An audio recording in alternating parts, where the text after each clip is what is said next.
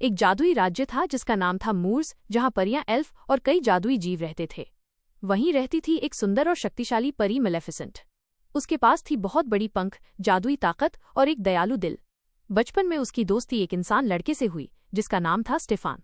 दोनों एक दूसरे से बहुत प्यार करते थे, लेकिन जैसे जैसे स्टेफान बड़ा हुआ वो लालची और सत्ता का भूखा बन गया।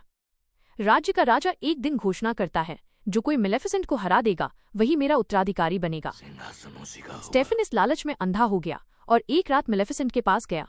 वो उसे नींद की दवा देकर उसके पंख काट लेता है और राजा को सबूत के तौर पर दे देता है। मेलेफिसेंट का दिल टूट जाता है और वही दयालु परी अब बन जाती है अंधकार की रानी, बदले की भावना से भरी हुई। शाप की शुरुआत। अब स्टेफन राजा बन चुका है। उसकी एक बेटी होती है ऑरोरा। मेलेफिसेंट बदला लेने उसके राज्य में पहुंचती है, जहां ऑरोरा का नामकरण समारोह चल रहा था। सबके सामने वो बच्ची पर शाप देती है।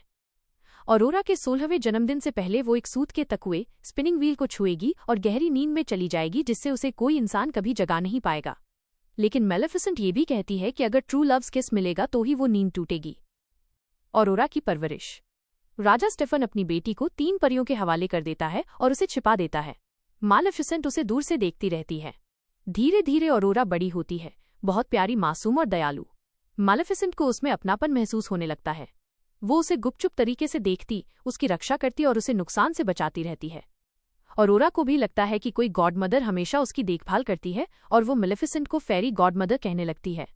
जब ऑरोरा 16 साल की होती है तो वो एक पुराने महल में जाती है जहां एक सूत का चरखा रखा था। मेलेफिसेंट चाहकर भी उसे नहीं रोक पाती, क्योंकि शाप को तोड़ने की ताकत उसी के पास नहीं थी। ऑरोरा चरखे को छूती है और गहरी नींद में चली जाती है।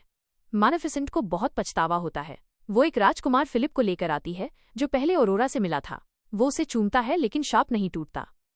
आखिर में मेलेफिसेंट रोती हुई ऑरोरा के माथे पर प्यार से चुमती है और तभी शाप टूट जाता है, क्योंकि वो सच्चा प्यार था, माँ जैसा प्यार, जो किसी राजकुमार के प्यार से भी ज्यादा सच्चा होता है। अंतिम में मेलेफिसेंट पर हमला करता है। दोनों के बीच भयंकर लड़ाई होती है।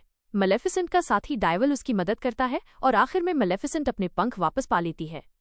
वो स्टेफन को हरा देती है, लेकिन उसे मारती नहीं। फिर भी स्टेफन खुद गिरकर मर जाता है। अंत में मेलेफिसेंट और ऑरोरा दोनों मिलकर मूर्स राज्य में शांति और खुशियां वापस लाती हैं। ऑरोरा बनती है दोनों दुनियाओं, इंसानों और परियों के बीच का पुल। मेलेफिसेंट फिर से वही दयालु परी बन जाती है जैसी वो पहले थी। कहानी की सीख। सच्चा प्यार हमेशा किसी राजकुमार का नहीं होता, कभी कभी वो माँ जैसी ममता में छुपा होता है।